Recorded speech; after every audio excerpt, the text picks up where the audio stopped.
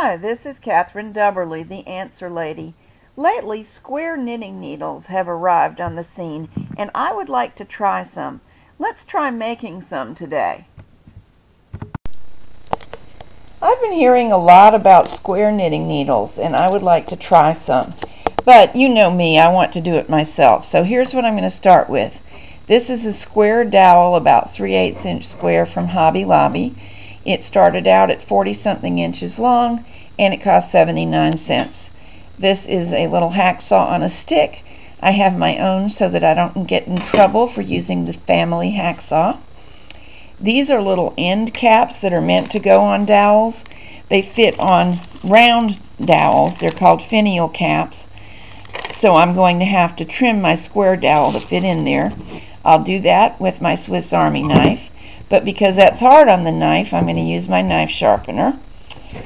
We're going to begin fashioning our points using the pencil sharpener. I've already checked, and the larger hole is going to work better. And we will need some sandpaper and some steel wool. So let's get started. I cut my dowel off camera. I didn't think there was anything particularly fascinating for you in that. Now let's get the point started. Probably you know about what kind of a point that you like, as do I. So I'm going to start it with the pencil sharpener till it visually resembles what I want, and then I'm going to smooth it with the sandpaper, trimming it up till it really resembles what I want. That should be a good starting point.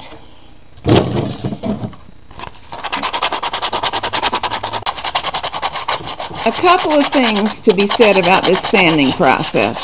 Number one, there's no such thing as too smooth, so I'm going to keep at it for a while. Number two, I've read that people sometimes don't like sharp edges on their square knitting needles. The square is helpful. It seems to cut down on the fatigue of the hands, but the sharp edge is hurtful. So I'm going to blunt the edges with my sanding process. Also, I want my point to be not all that pointed. That's my personal preference. But I do want it very smoothly rounded. So I'm going to do a good bit of work on that, and I will get back to you when it's ready. I think I have this just about ready, so I need to trim it so as to fit into its end cap.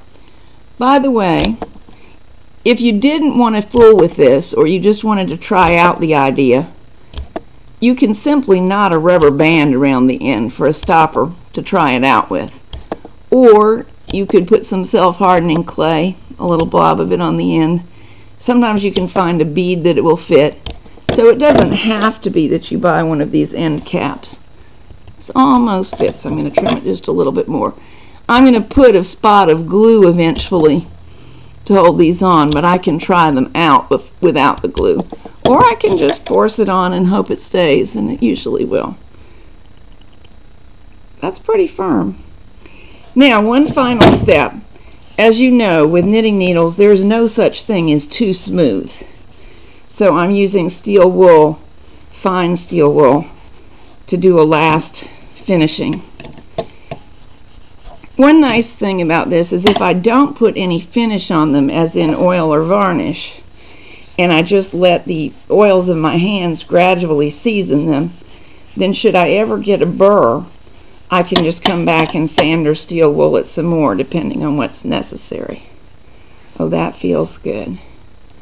I see a little visual unevenness. I'm going to work on it even though my hand wasn't bothered. Alright, I'm going to go get some yarn. Let's see how these knit. Okie dokie, I think these came out about a size 13. Something to remember about sizing knitting needles is that square ones will not have the same circumference as round ones that have the same diameter.